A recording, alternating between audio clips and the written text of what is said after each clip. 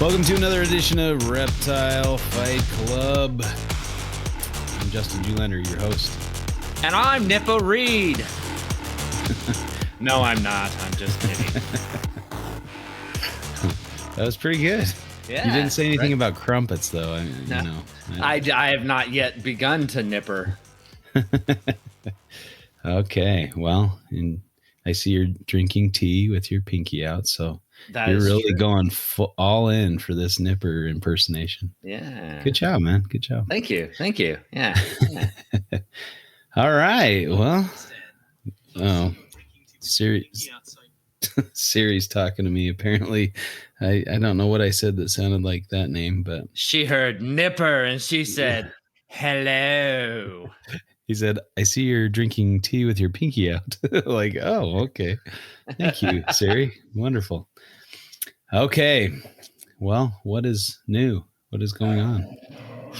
Oh, not much. As you can hear, my dogs are saying hi to Rob Stone. Hi, say hi, Ruby. Yeah. Of course. Yeah. Of course. So, not much. Yeah, just back to work. Yeah, hatched out another viper gecko egg. So I've got 2 baby viper geckos that I'm having fun with now. That's fun. Cool. Yeah, They're pretty tiny, right? They're pretty tiny. Yep, pretty tiny.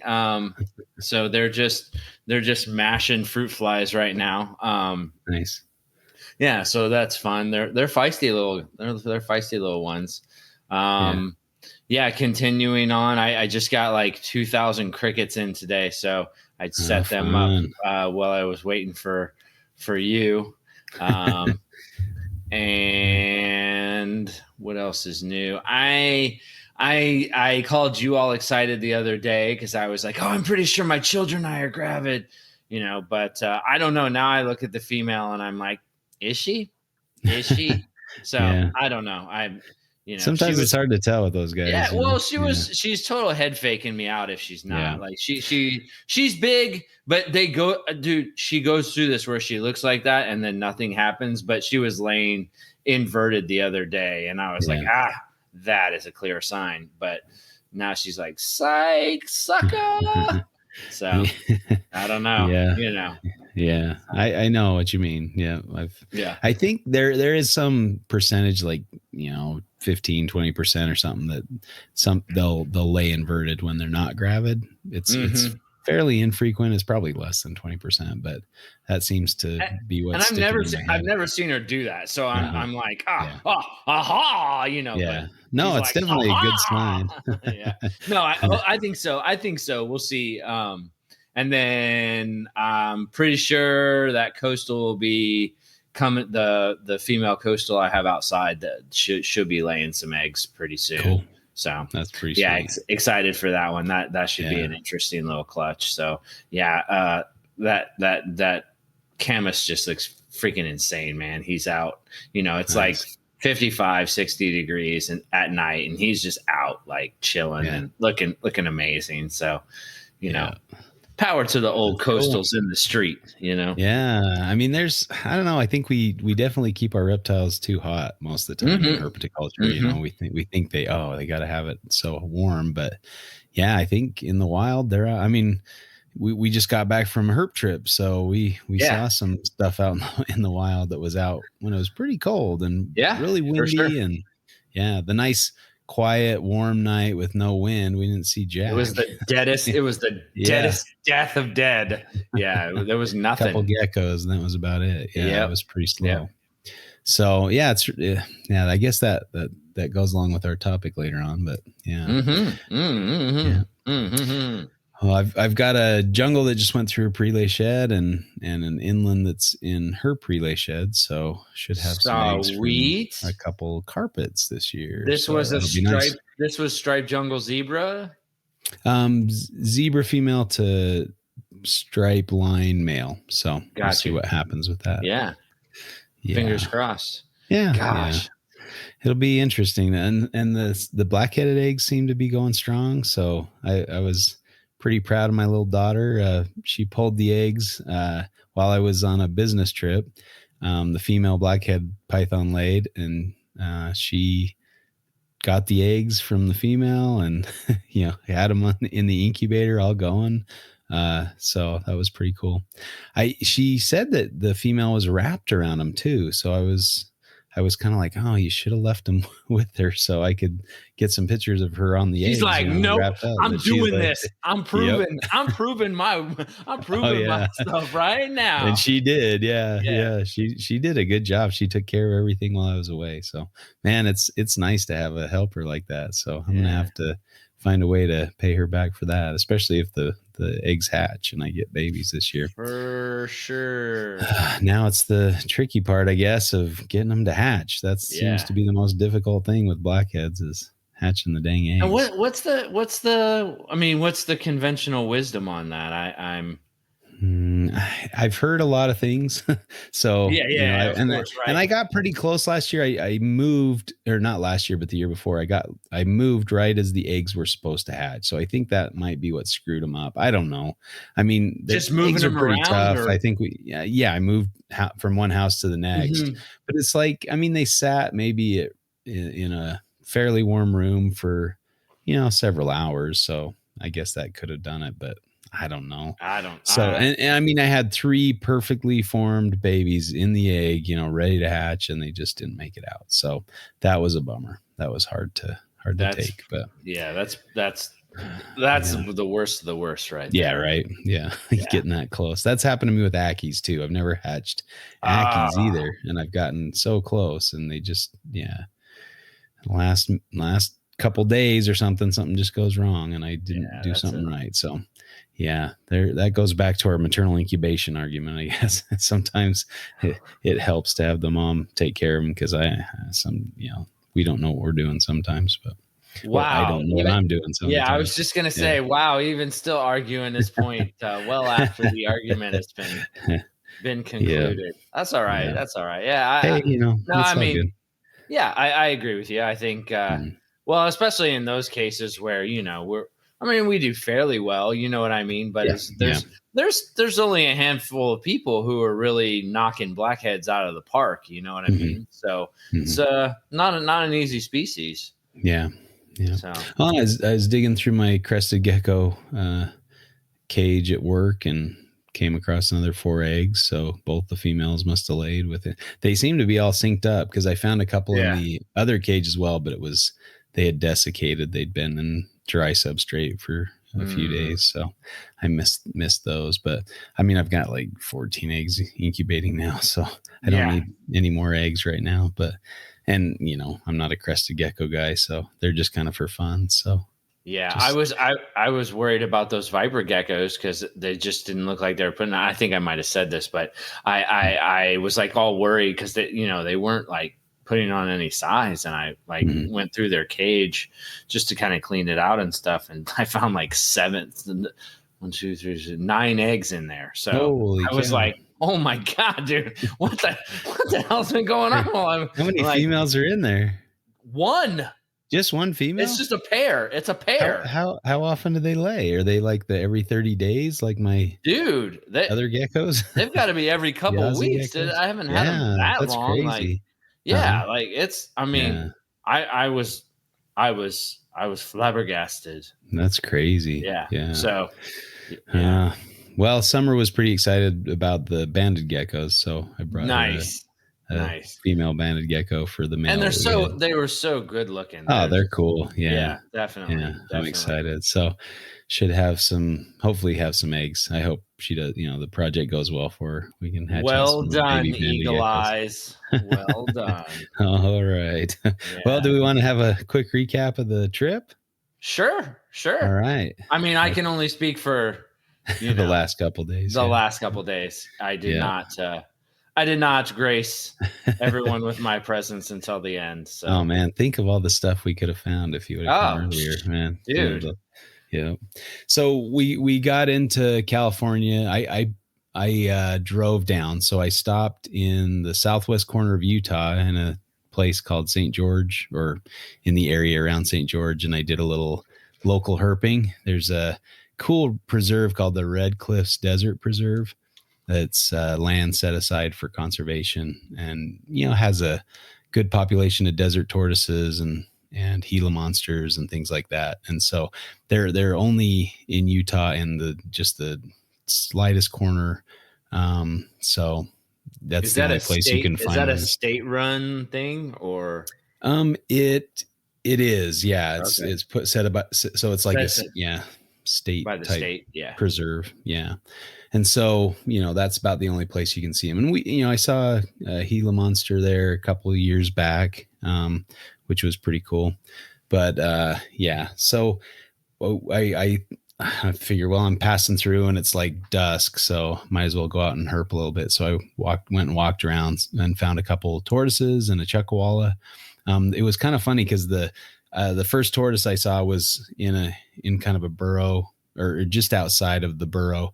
And then there was a crack above the burrow, and in that crack, that's where the chuckawalla was. So it was like they were roommates there or something. It was pretty cool.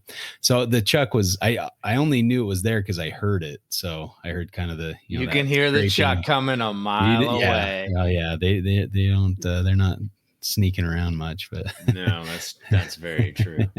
So I was able to see 2 for 1 in that rock pile. And then walking back, I saw another tortoise kind of out on the rocks. It was pretty cool. Nice little landscape, picturesque type setting.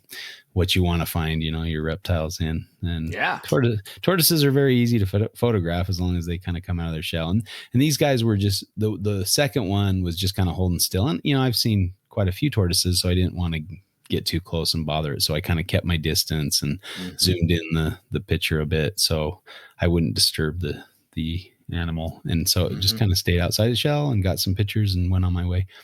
And then I drove a little bit more, kind of road cruised a little bit. I walked up a hillside in the dark looking for speckled rattlesnakes and maybe lyre snakes. Thought I might get lucky, but no, they're kind of even harder to find. And they have a more limited range within Utah, just to the spot called the Beaver Dam Slope, which is really in the southwest corner of the state, outside of St. George a bit.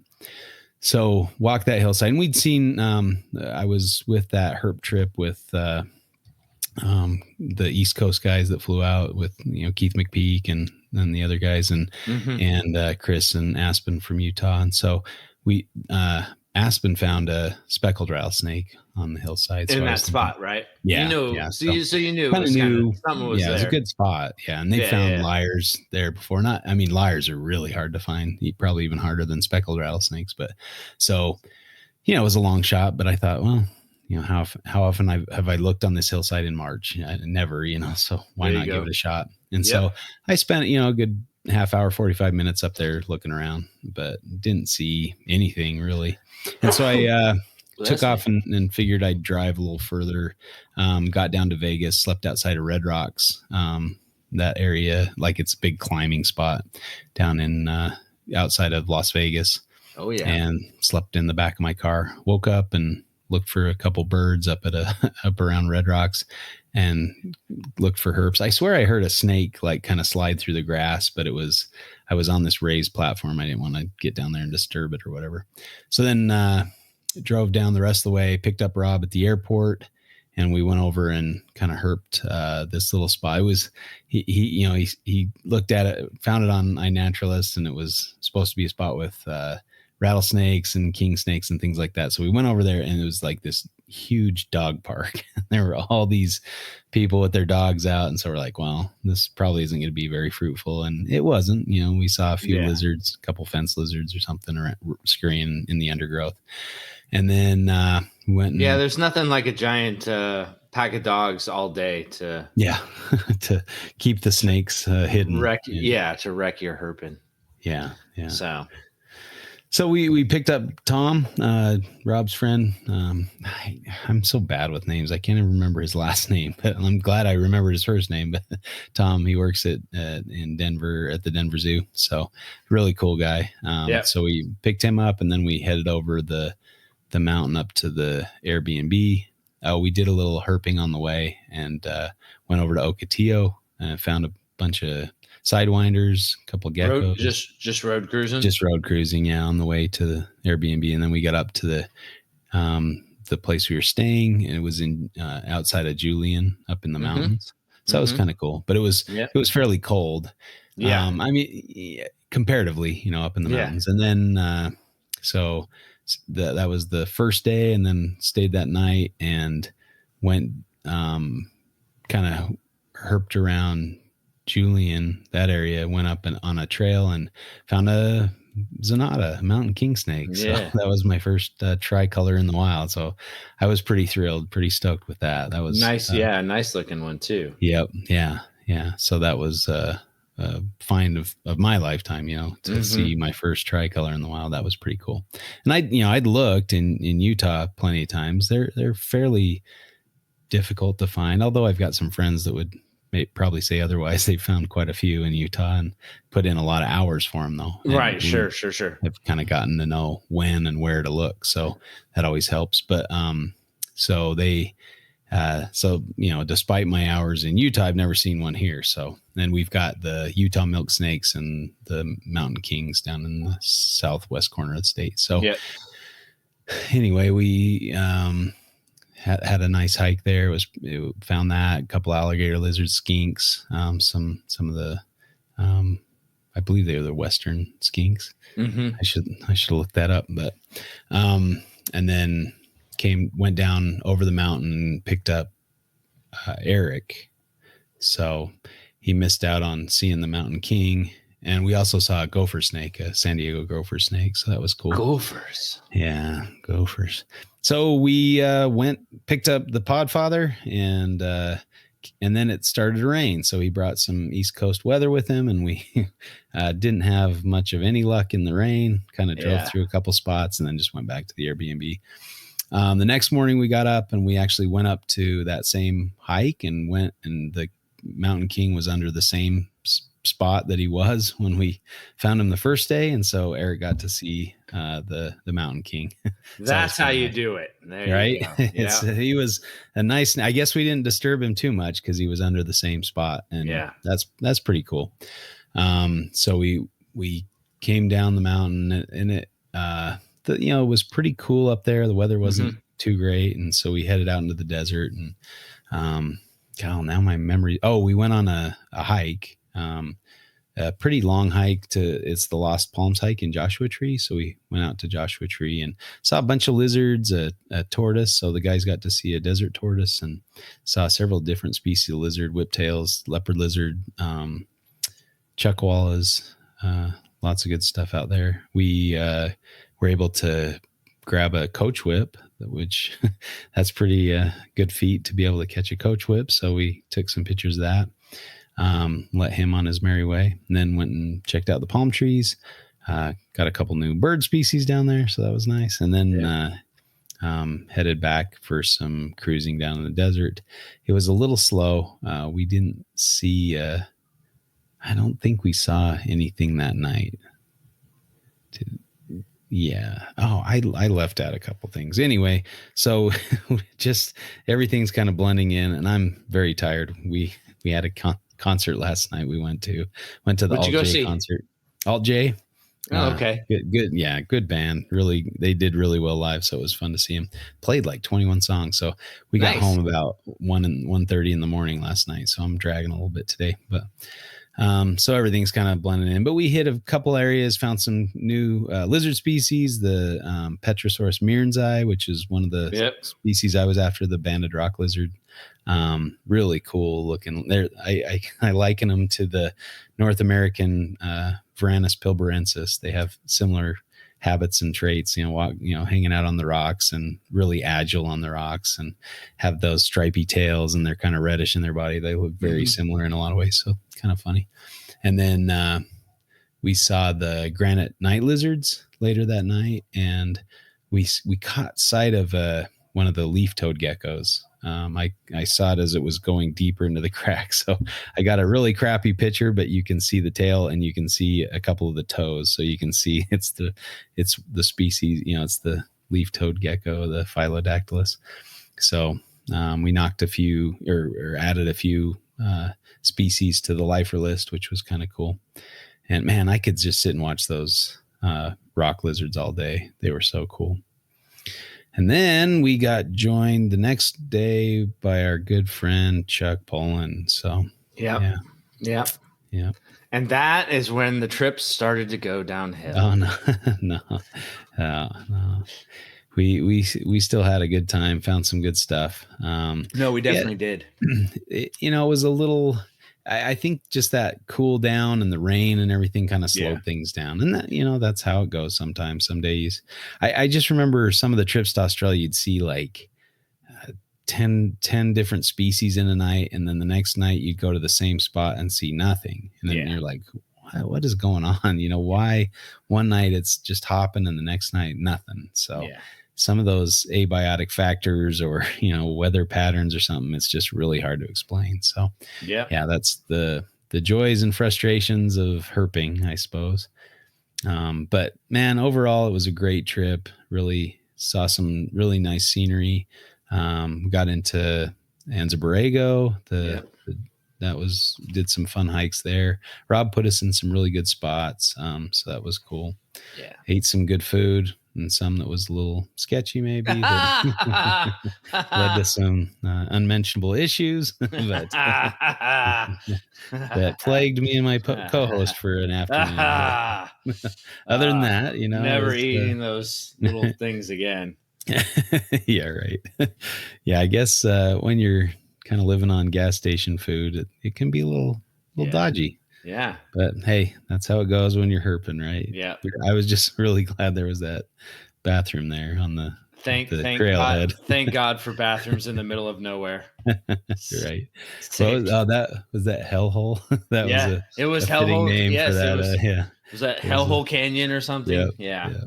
For sure. Yeah, it was nice habitat, but I think it's hard to, but I think most of the stuff in that time it's kind of a little late for flipping and a little early for the mass numbers of animals on the move. I went to Herpeton back a few years back, and it was in the first part of June, and I went out road cruising out kind of Ocotillo and to Borrego area. And it was just hopping. I mean, there were lots of snakes on the road, and just almost like, okay, another leaf nose snake or something. Like, I'm sick of all these snakes on the road.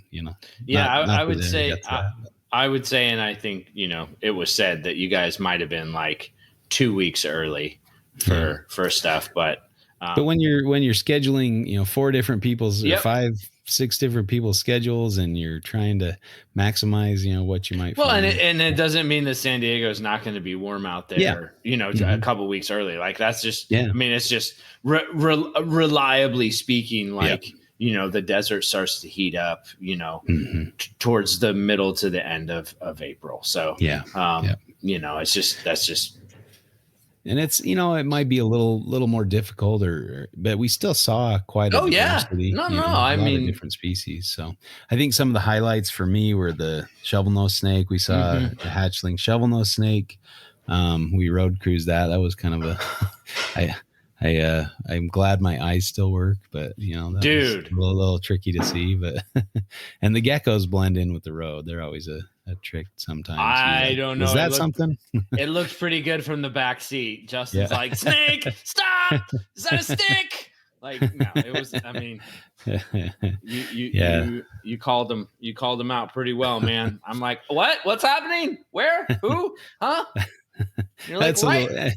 We were on the hike, and Justin's like, right there by that rock, like literally telling me where it is. I'm like, right where? What rock?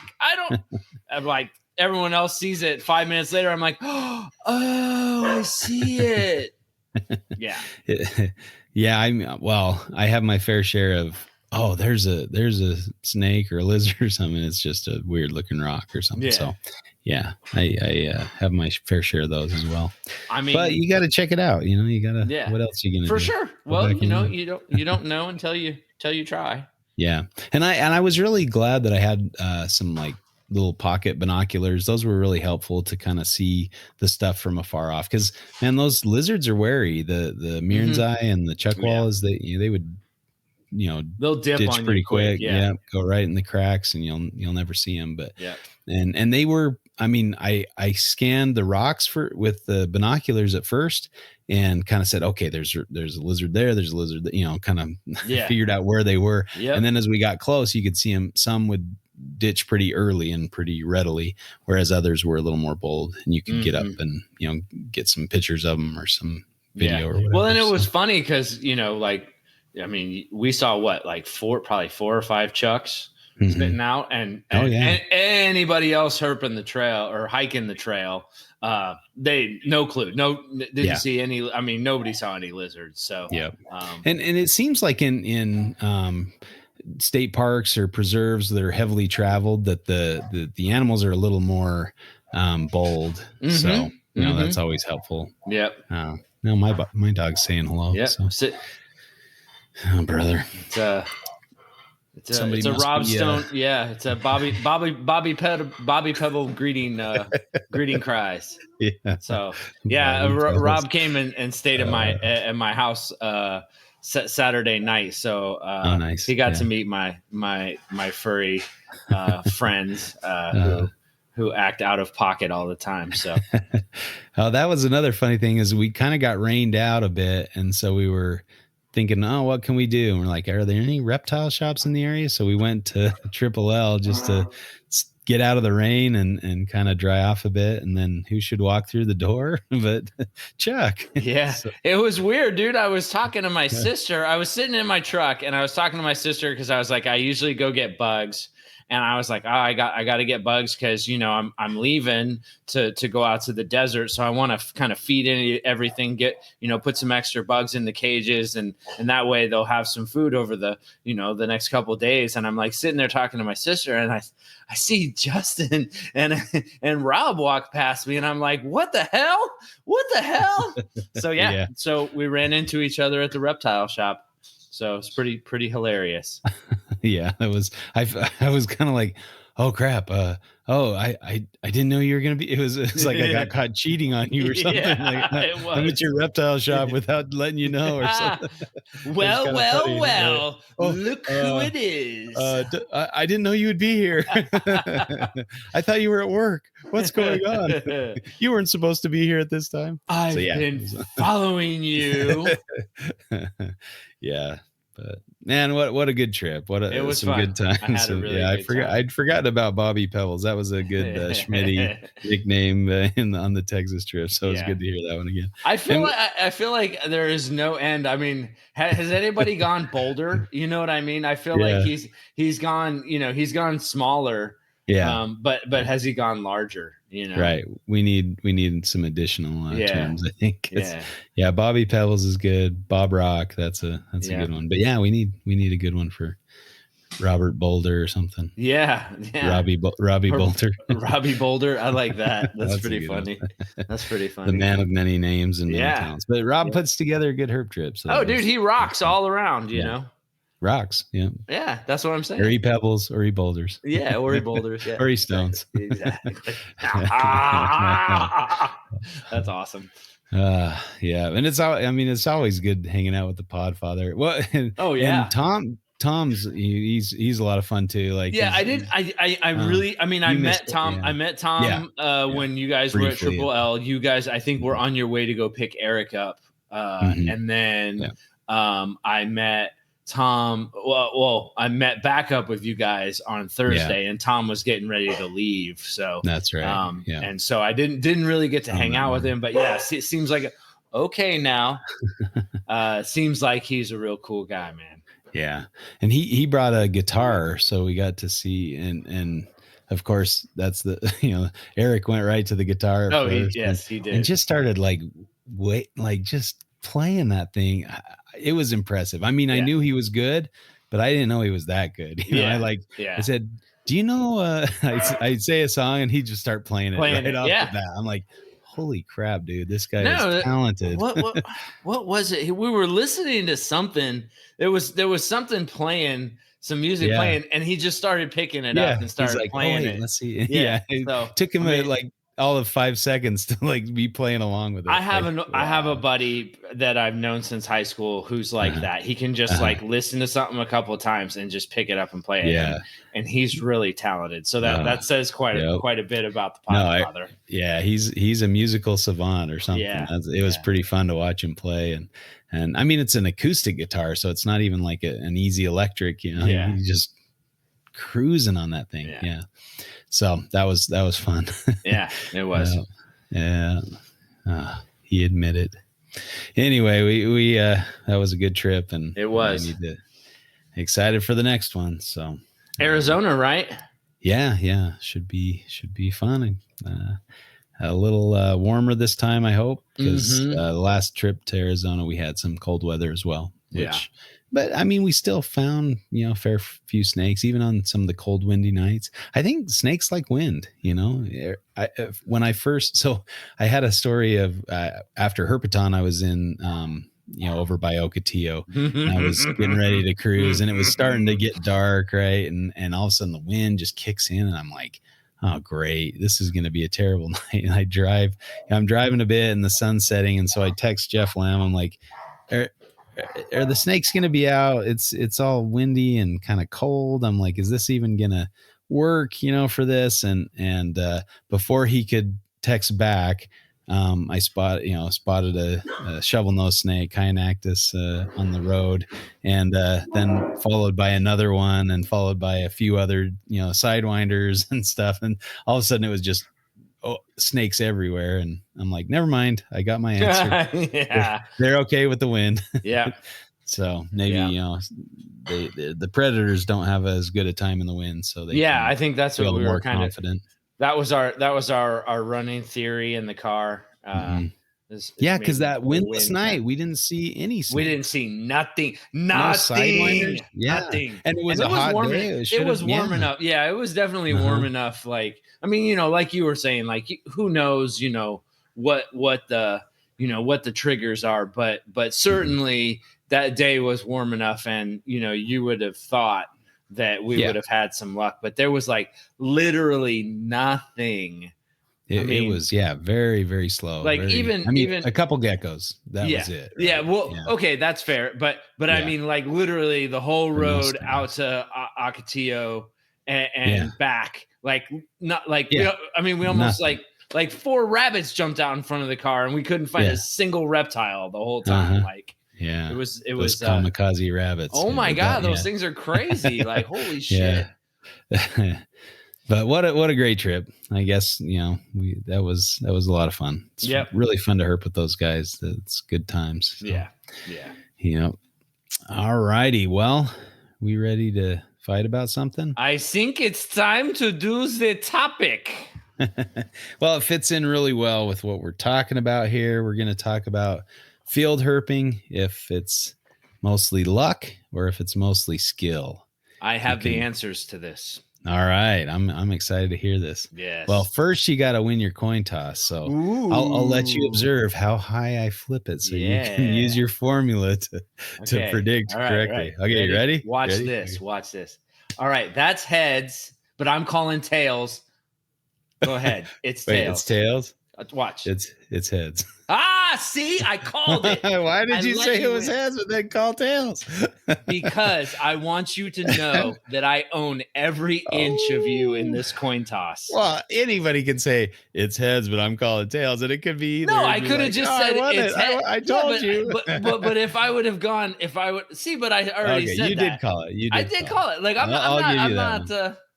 I appreciate you letting me win. Sure. Well, I want to give you the opportunity to be a winner.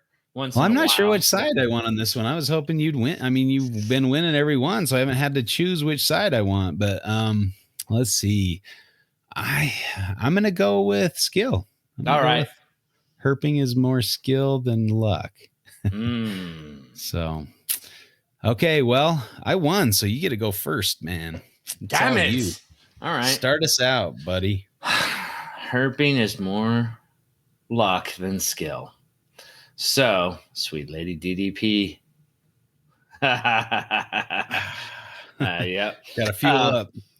So, I mean, it's funny that I did, and I mean, I'm pretty amateurish as far as herping out in the field goes, and but I am persistent and consistent in my efforts. I must have scoured every rock that I could possibly find and looked in all places, all manner of places, and I was with the great doctor when he was just spotting them left and right. So clearly having the eagle eye is helpful, and he definitely has the eagle eye, folks. But I think what I kind of took away from it is, you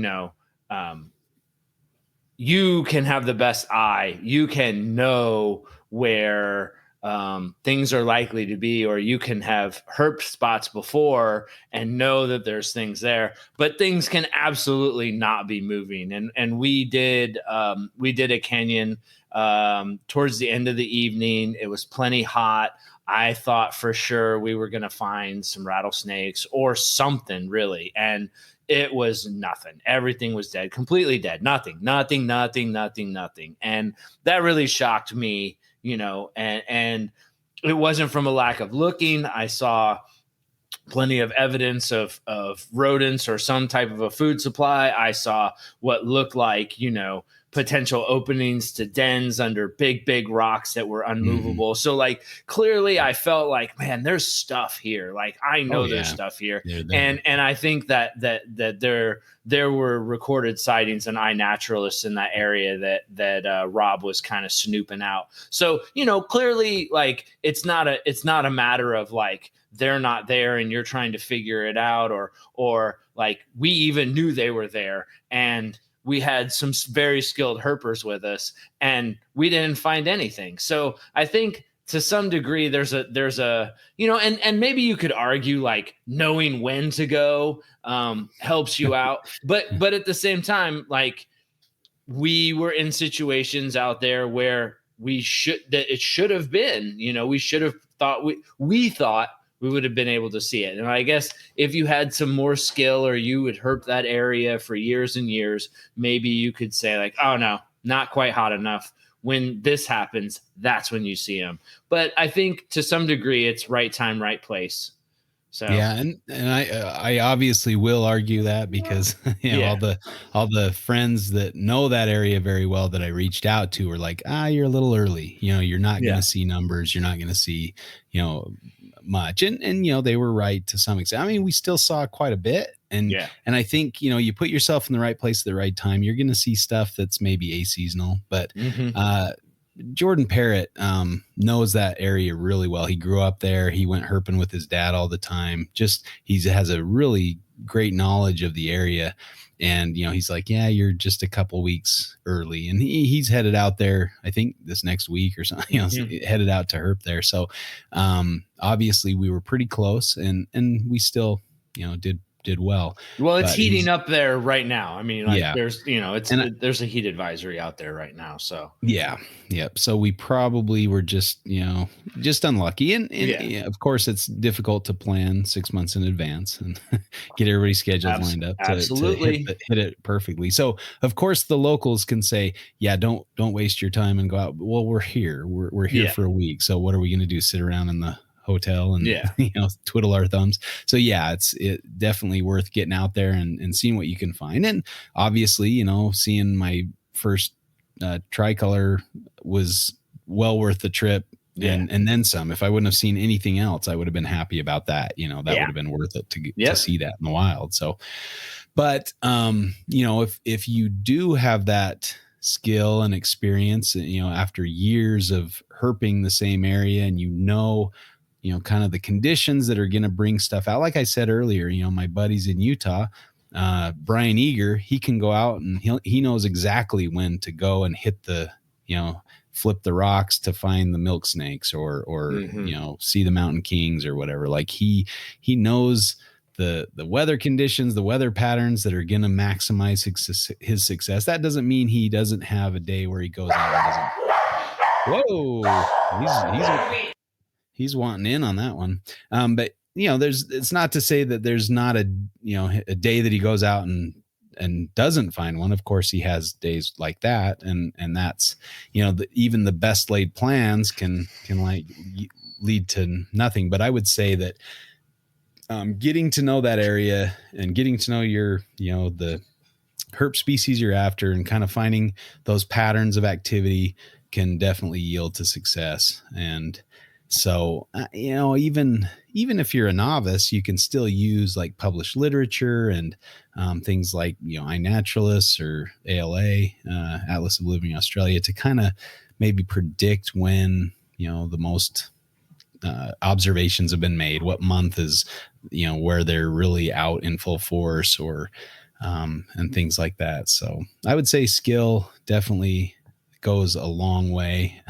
I mean, you can be lucky sometimes, but if you're skillful, you're gonna be observing the animals much more frequently. Yeah, I mean, I think part of skill is experience, and obviously, if if you're in that area all the time, I mean, it's easy to draw back upon, I've been here 10 times and, only found stuff during these times or these conditions. Like, I mean, that's definitely, sure, that's skill. That, skill is from drought experience, unarguably.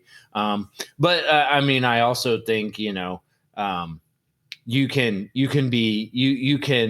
I mean, you're obviously skilled at herping, and you were kind of in an area where you haven't herped a lot. So, it was kind of a crapshoot for all of us, right? Like, so, I think there is certainly there is a case to be made for there being skill and knowing what you're looking for when you're looking for it. But I also think there's just a degree of luck to it, where, you can know all these things, but if you're not in the right place at the right time, you may miss it.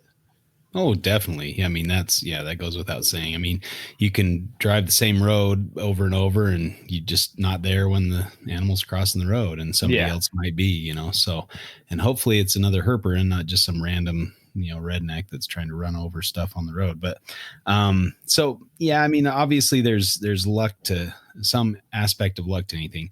I would say that I think that kind of that, herping skill that you develop through spending hours and hours in the field, that can translate to other places. So even though you haven't necessarily herped an area, if you do your research and you kind of get some advice from the locals, you can usually kind of use the skills that you have herping in your own area to translate over to that thing. And I think, that's been pretty apparent in my trips to Australia. I'll get advice on maybe where to go and maybe what time of year to go, but I don't have anybody guiding me and pointing things out or showing me. Once in a while, I guess we had Peter Birch on a couple trips. He'd grab a frilled lizard out of a tree or pick up a venomous snake. And I don't take many chances when it comes to, an elapid, because I don't know. I have never worked with them, and I'm not going to risk being out in the middle of nowhere trying to tail a king brown and take a bite or something because I'm a novice, so I know my limits. But also, a lot of times if you're, out when they are out in more numbers, you're probably going to see something if you put yourself out in the right place. Especially if you're running around with Peter Birch. Yeah. So, so we definitely can help ourselves out that way. But, and I think that's all part of it, right? Knowing when to be out there, learning and doing your research and applying what from your own area to other areas can definitely help. And I think a lot of the habitats we were looking at in Southern California were very similar to other desert habitats that I have a lot of experience with. And so it wasn't anything new. I knew kind of, I listened for the scrape of the skin of the chuckwalla because, that's going to mean there's one in this rock crack or something, or I stepped on one rock and I looked down and I'd stepped in some chuckwalla poo and I'm like, oh, that's pretty fresh. He's close by. And I look in the crack and there he is, So, also known as chuckapoo. Yeah. Just, I don't want to make the same mistake with Chuck's poo. A chuckwalla poo. So anyway, I wasn't stepping in Chuck's poo. Yeah. that led to We'll make that abundantly clear. Even though that was the same day he was having his intestinal issues, he was nice enough to relegate himself to the outhouse there, but yeah, the pit toilets. But anyway, so knowing kind of what signs to look for. Okay, when chuckwallas, they usually have a retreat site. They know where it is, and often you'll see their fecal material, kind of on top of the rock outcrop where they bask or nearby. So you're like, okay, a chuckwalla lives close by. They live in this area. Other times you get lucky, like I was walking through the rocks at night looking for the leaf-toed geckos or the granite night lizards, and I looked up in this crack and there was this tail hanging out. And at first I thought, oh, maybe that's a snake, but it was a chuckwalla tail. And so he was kind of in this shallow crack. And so not really wedged in there very well, but sometimes you just have to be in the right place and look up and at the right time and see that, so, and we saw plenty of night lizards that way. You just looking in the cracks with but there's different tricks you can use. Maybe the technique of rolling the flashlight by your cheek or kind of hanging it by the side of your eye. If you know those kind of skills, you can, get the eye shines off of lizards at night, and nocturnal lizards, you can eye shine them and stuff. So there's different tricks that you can learn along the way. And sometimes just having a really good light will be a huge help, so getting advice on what headlamp or flashlight to purchase can be a big help. Or even carrying a flashlight during the day. These different skills obviously lead to more success when you're field herping. So skill is what it's about, and learning. So and I think that can be frustrating sometimes, because you can waste a lot of time and gas and, go into the wrong place at the wrong time. So if you develop those skills, sometimes you develop them the hard way. Other times you get lucky and have, local friends or people in different areas kind of take you out and show you the ropes, show you how to herp, and teach you, some of the skills that they've learned over years and years of. And so, I think it's some of these skills and techniques can be passed down to fit other people. So, yeah, but skill. Yeah, I don't know, man. I was with the great master, Dr. Justin Julander, and we ain't found shit. So I don't know what you would have found about. If I wasn't there. Oh my gosh, exactly. The desert probably would have been crawling with with stuff. But if I wasn't there. That's right. Well, we'll never know. Yeah. So, yeah, I mean, I definitely wait. How many did you find after I left? Wait, what? Well, we retired. We did not. So you didn't even try after. No. Yeah. Well, I mean, I get it. What's the point, right? Like, no. The weather was super shitty. Like, so we were gonna try to head up to Rob's buddy's place up in like Lake Elsinore area, and it was just like it was overcast. It was marine layer. It was cold. It was kind of spritzing rain. It was just like this. There's no point in even wasting the gas. So we called it deuces and went back to Casa de Poland. Yeah. When you're paying $6 to $7 a gallon, it's not worth. There's an economic cost. Yeah, there definitely is. And I remember back in the day, we were trying to get some laws changed in Utah as far as herp regulations, and so we were actually getting paid by the state to go road cruise, and so they reimburse our gas that we use out looking for reptiles. So it was kind of a sweet gig. It was just for one summer, but I did a lot of road cruising and got basically paid to go look for reptiles. So that was kind of a fun deal. So yeah, once in a while you get lucky, but yeah, nobody was paying our gas this trip. Yeah, so I was gonna don't say blame me at all. no such luck. Gavin Newsom wants to give everybody like an $800 gas tax refund or credit or whatever, and it's like, oh, Yeah. so we're not gonna do anything about the gas tax or the price of gas in California. We're just gonna throw some money at people to shut up and go away. I got Yeah, you, right. you know. Yeah. So. Yeah. But yeah, I mean, I do think like if you're somebody who thinks that you can just be a Justin and go out there and find everything, herping's a lot of work, man. You got to put in the work, and it can be. I mean, obviously, road cruising, like it's you're. That's the lazy man's game, right? It is the lazy man's game. You're playing the game of the probability, but to get out there and find stuff, I mean, obviously, it's still work, and you never know where you're going to find something. You just got to be alert and looking in the right places, but also paying attention. I think when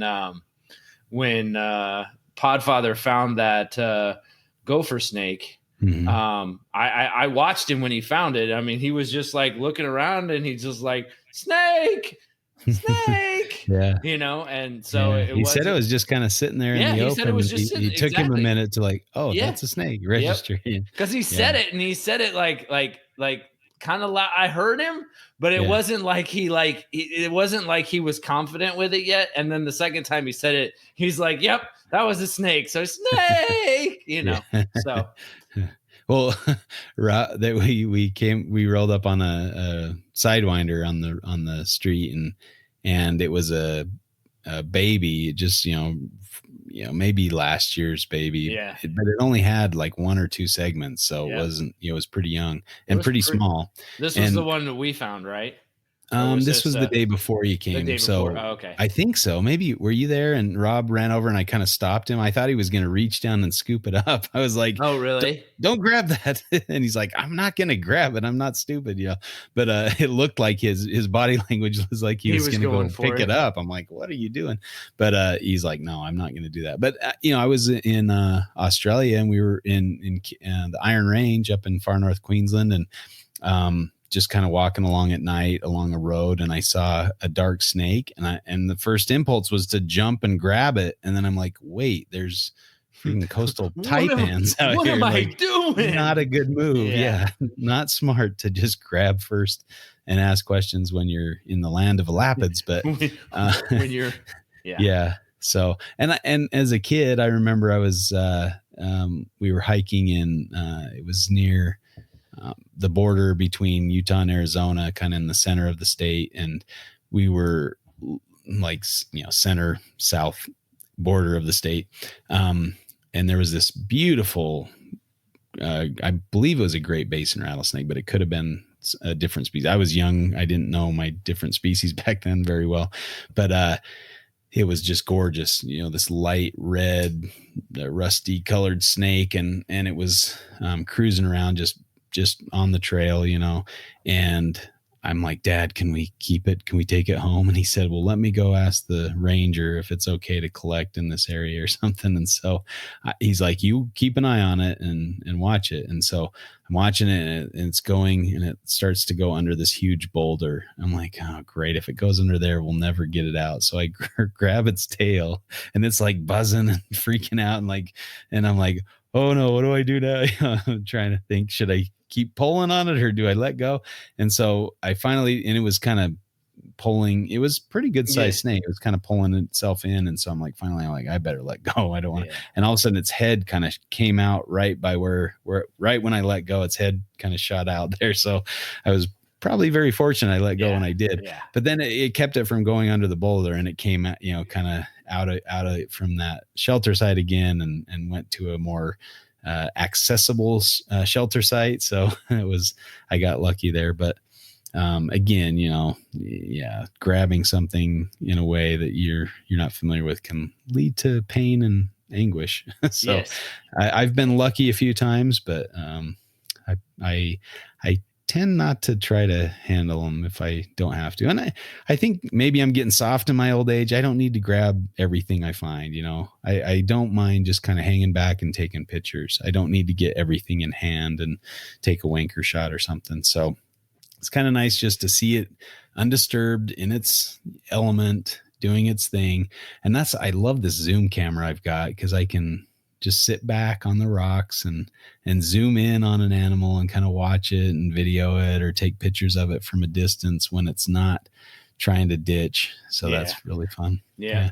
There were those granite spiny lizards, that were really shy. You get close and they just dip really quick. But really those really pretty dark green, black colored things with the white scales around their face and stuff. They're really nice looking, but you wouldn't know that because they ditch every time you got within distance where you could kind of see them. But with that zoom camera or with the binoculars, you could get a good view of them and see just how cool they were. So in hindsight, I want your opinion. So we were hiking, where were we? Warner Springs, on that hike. Was that Warner Springs? Yeah. So it was April 1st. We were hiking Warner Springs, a little a trail that had some Helleri that had been spotted there, and people on the trail kept telling us, "Oh, there's a snake! It's a snake! It's like quarter mile back, or half a mile back. Yeah, snake on the trail. Snake." So we're like, "Dude, Justin takes off running," and I'm like, "Oh my god, I can't do this!" But I'm not gonna let Justin best me, right? So I'm like trying to keep up with him, and that just makes Mr. Captain competitive. He's nice, but he's very competitive. Oh god, makes him run faster. So, needless to say, never found a snake on the whole damn trail. And I must ask myself, is it April 1st? Did all of these people collectively decide to play a great April Fool's joke on us? They saw our snake hooks. They knew what we were doing there. Yeah. Did they try to? Did they try? Do you think? It seemed like so many of them independently said the same thing. It's like, unless they're all conspiring together, that's probably legitimate. But and I guess that goes to your point. Sometimes if you're just in the right place, they saw it, they said it was curled up in the trail. And so I thought, oh, if I get there quickly, maybe I'll have a chance of seeing. There was no competitive. It was just, I wanted to get there to see the snake. Your ass, you were flying. That shit seemed kind of competitive to me. I can't help it that I'm fast. My God. Next, you're going to complain that I'm so handsome, I definitely wanted to see this. And if you'll recall, Rob beat us all. He was way out there. Really I think fast. That's because Rob took off. But we stopped to look because we thought the spot. That the and then Rob, I think Rob area. Just said, "Fuck it, I'm just going to keep walking." He just kept going. But he kept going. He was way ahead of us when we got to that spot. He finished the trail and started walking back. That's how we found Rob. Exactly. No, if we're talking competitive, that would no. that would have been Rob. Listen. There. I'm not sure I saw Rob run the whole time. Maybe once when we first heard the report of a snake up ahead. Maybe I saw him hustle a little bit, but I never saw Rob run. Rob was just consistently walking the trail. And we stopped to screw around and really look. Well, I know, but we thought missed the first one. We thought we knew where it was, so we stopped to try to find it, But then people said, no, there's one. It's up further. It's up. Two or three people like half mile or quarter of a mile. No, it's half. It's a mile up. Like everybody had a different fucking story, but everyone was like, "Oh yeah, there's a snake up there." Yeah. All right. Well, I guess we can say they got us April Fool's wise. They got us. They saw the snake. They still made us run. I was pretty tired at the end of that day. Dude, I was too. I think the snake got us for April Fools. Yeah, he knew what to do. Yeah. So I definitely like to see the. I'm going to pull that old slither across the trail trick on these jackasses. I heard there's a bunch of herpers. Yeah. The word travels. Yeah. It's because that poor skink got his tail knocked off. No. Poor guy. he passed the word along. He's like, yeah, these guys not very courteous, but that was I still stand by the skill. You know, you need that skill. You need to know kind of what you're looking for, have a good search image, because I mean, there's a lot of stuff that you can just pass right by because it blends in, you know, and I think we've all seen that. Anybody ask you this. Everybody knows, you know, that I'm skillless bastard when it comes to herping out in the desert. But if I were to go out there maybe this weekend and start road cruising, do you think I'd find some stuff? You think I'd find a bunch of stuff? Yeah, because you learned a skill. You learned when to go into the desert. But I'm not skilled. Not like not like the doctor. You're skilled enough to find something, I would hope. and you're probably as skilled as me. I don't know. I mean, I don't know. I don't know. That's I think we might have you might have jumped too many steps on the ladder there, bro. No. But I mean, you know what to do. You know where to look and how to look, and so I mean, you can do so much. Obviously, you know, I guess, and this kind of goes to my point. If you've done it a lot and you kind of have that experience and that skill, then it's going to come a little easier. You're going to see more things, I think. Well, I think I wouldn't say I'm more skilled than like Rob Stone or something like that. No. You know, he still finds plenty of things, but you know, just because I found it and he didn't doesn't mean I'm more skilled than him. I think that maybe go to your point. I think both of you are more skilled than me, and that's a safe thing to say. But past that, I don't think, you know, there's a. But obviously there is some luck involved. You know? Yeah, like for sure. He didn't turn over that one, you know, rock that had the snake under it, and I did. So, and he looked in that area first, but he just passed over that one for some reason, and that's where the Mountain King was. You know, it's that kind of thing where it's just luck in some ways, but I mean, everybody that has skill is still going to have days where they don't find things because they just didn't hit the right spot or look under the right thing. But overall, their average is going to be fairly high because they know what they're doing and know, you know, if it's around, they're probably going to have a better chance of finding it than a complete novice or somebody who doesn't know what they're doing. So leave no crack unchecked. Well, some cracks will leave unchecked. Leave unchecked. There's a lot of chuck cracks that, you know, it's okay to look into, but there's one chuck crack that you just don't want to look in. Oh man, we're going blue. What is going on here? You are so right. You are so right. Oh man, yeah. You make one mention. I think we're done on that note. That leads us to our final statements. No skill required. Yeah, I mean, a broken clock is right 2 times a day, right? So that's right. That's right. There is definitely some luck involved. I mean, a broken clock is always right if you don't care what time it is. Oh, that's a good point.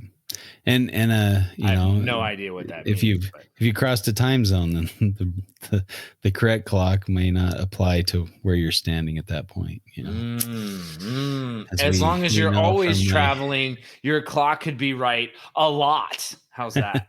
Yeah, there you go. It's right somewhere, right? Yeah, you just gotta keep moving, folks. Keep moving, and watch out for those gas station Chiquitos. Oh my God! Yes, crispy do it burritos. Dude. Yeah, and you know what? Although the first day we ate them, there were no problems, and they're pretty tasty. But you know, you gotta.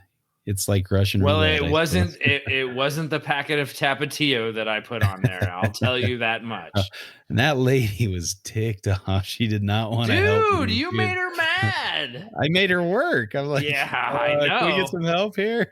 I rang the bell that said, please ring for service. And I know, that but was I don't think that's what they meant. there. Like, you know what I mean? When somebody puts out a bell that says ring for service, but they don't really want you to ring the bell for service. Yeah. I think it was that kind of reaction. Like, motherfucker, stop ringing the bell.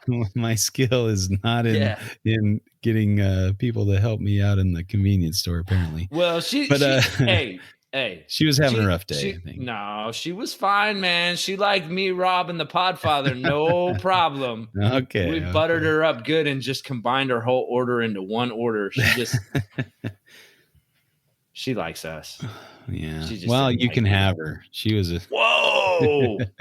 I did not enjoy interacting with that woman. I know where she works. There you go. You can tattle on me. Oh my God, I'm not going back for those taquitos. Whoa, it's bad. Yeah. Bad. All right. Anyway, I was a little disappointed because I had this great joke planned. So when we picked up Eric, I had a 2 liter of Diet Dr. Pepper, and so when he pulled up to the curb, I was like chugging this 2 liter of Diet Dr. Pepper, like as a joke, because they mentioned that a couple times on their podcast. And I thought, it'd be funny, chugging the Sweet Lady DDP when we roll up. And I guess he was jet lagged or something because he didn't even really notice. I'm like sitting here like a moron chugging Diet Maybe he just thinks that's you and your naturals. He's like, I mean, that's what he does. That's what he does. That's what happens. Yeah. No, I mean, I said like, so, like I was telling the car when we were driving that Justin had like a big gulp cup. And I felt like, he would take his 2 liter and put his Sweet Lady DDP in there. And I felt like, I was watching, like, you ever seen like Little John with his pimp cup? I felt like that. I felt like that big gulp was like the Sweet Lady DDP pimp cup of the herp trip. You know what I mean? Yeah. You know what I mean? Yeah. Hey, is that how he does it? Exactly. Very well done. Yes. I'm not a very good, It would. Little John. It was okay. Yeah. So, all right, you're much better at that. You've got the skill and the Little John impersonation. I actually have a lot of admiration for Little John because he says like 3 words, but he is literally famous and gets paid money to pretty much just say yeah, okay, and what. No. Who else? I mean, like, what a gimmick! What a gig, right? He's definitely blazed his own trail. For sure. Yep. All right. Well, we missed the whole slap. Well, maybe you didn't miss it, but we missed the whole slap thing. We were out herping when the slap occurred, I guess. So the Will Smith slap. Did it? No, I thought the slap happened.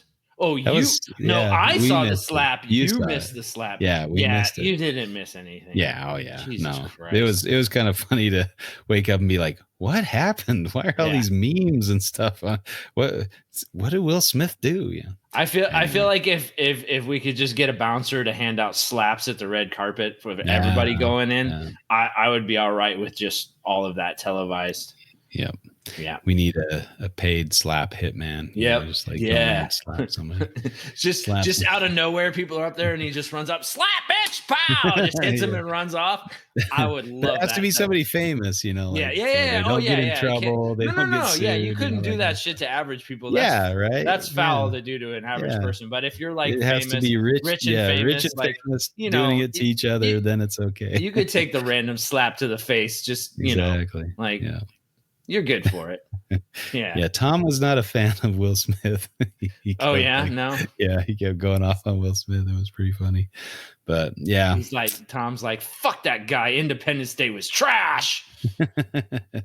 Legend of Bagger Vance my ass. Yeah.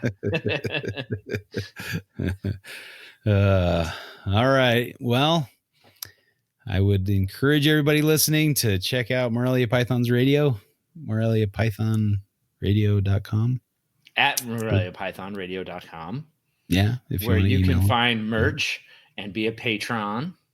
Patreon. Yep. Sorry, I didn't say it right. Patreon. Yeah.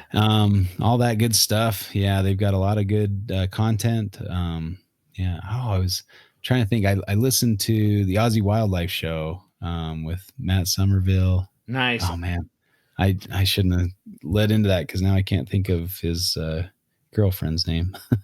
I'm sorry, but anyway, yeah, that was a great show. They do a good show there. Oh man, the Natural Herp Keeper. What's her name? She does some awesome work. I was just watching one of her videos the other day. But yeah, good stuff there. Talking about their trip. I'm really excited to see all the video and the content that'll come out of that trip. They did 15,000 kilometers around Australia or something. That's crazy. That's a lot of driving. Yeah. But I'm sure they saw a ton of stuff. And talk about guaranteed. Talk about somebody that knows what they're doing. Oh yeah. Christy Jensen. Sorry about that, Christy. I'm sure they're listening, Yeah. But anyway, yeah, those guys are the real deal, man. I saw Matt found a Morelia imbricata, the Southwest carpet python. Ooh. And I saw that and I'm like, oh man, because I always kind of took this juvenile pride in having found an imbricata when Matt Somerville hadn't found one yet. He'd found all the other pythons in Australia, but I was, dang, not only did he hasn't found one I found. Not only did he cross imbricata off his list, he crossed Jewlander off too. Exactly. And I said, thank you for finding one. Now I can get rid of that stupid thought in my head every time. There you go. Yep. So I don't know that he takes some amazing photos too. Oh yeah. So yeah. And I don't know if you've seen Christy's videos, the Natural Herp Keeper on YouTube. Haven't. No, she makes some display cages that are phenomenal. They are so cool. You know me and YouTube, man. I feel like you and Eric, old man Chuck. Yeah, dude, all you guys do YouTube so much better than I do. I don't know what the hell's wrong with me. I suck. No, it's all good. But check that out, the Natural Herp Keeper on YouTube. Some good stuff. Teach you how to make a really nice display cage, and with all the fake rock work. And I mean, she makes it look like it's outback Australia. It's the real deal. So it's pretty sweet. So they talked about their trip on the Aussie Wildlife Show and talked about some of the stuff they saw, some of the conservation minded things that we need to think of and consider, and it's good stuff. Any good content you've heard lately? Yeah, I was. I listened to Nipper and Phil, and when they had the South African, I'm blanking on his name right now, but yeah, I was listening to that. What a good show that was. What an amazing life that guy's had. Just like, man, he's been into all kinds of stuff and just very cool. Right. And let's see. Was that Johan Maris? Yes. Yeah. Yes. Venom Exchange Radio, another great podcast. Yeah. Good stuff. And that's kind of a collaboration between the Morelia Python Radio and the Herp Network. Yep. So good stuff. Well, we are at the end here, I think. Anything else? Got to say anything else? Or I don't know. I think we gave him quite enough today. Yeah, I think hopefully the listener got something out of that. Somewhere in there. Yeah. I think, was this no, this wasn't a suggestion. That's one thing I was going to mention is we had that suggestion last week, when is what, right? Who knows when this is, when you're listening to this, but we did the topic of natural or artificial versus maternal incubation. And we totally butchered the name. Was it the incubation? I thought it was wasn't it? Oh, I have no idea what's going on anymore. And now I'm not a bright man, I guess. Lucas Inger, right? Yep. And that's how you pronounce his name, was Inger. Yeah. Yep. So he corrected me, said he had a good laugh out of that. Yeah. I saw it as well, and he didn't seem too upset at us. So thank you. We are schlubs. I have said this before. So we definitely appreciate the topic, and sorry for the any unnecessary flubbery that we did there. So yeah, and I'm sure I've gotten several wrong who've suggested shows, and I forgot to mention I'm quite them. Sure of it. I need to be better at writing these things down, because I just really think it's hilarious because you're like, you've got scientific names like down, and you're like, Bob, what was his name? Bob, Bobby Pebbles, there's just so much room in this head, I guess. Well, it pushed to something. It's like that Far Side cartoon. Like, can I be excused? My brain is full. You're just kind of moving shit around. You're kind of like, yeah. I love. What's that? Is it the Cyanide? What's the Cyanide and Happiness cartoon? And there was like I think somebody modified it to be reptile related, but it had like all the parts of the brain or whatever, and it's like the smallest part of the brain was remembering people's names, and this guy comes up. That's your brain. He says, "Hey, my name's Steve," or something, and then he's like, "Say, Jarvis, did you know that the come out over?" Yeah, so good times. Well, thanks everybody for listening to Reptile Fight Club, and we'll catch you again next week for another episode. Now it's time for crumpets. Fight Club.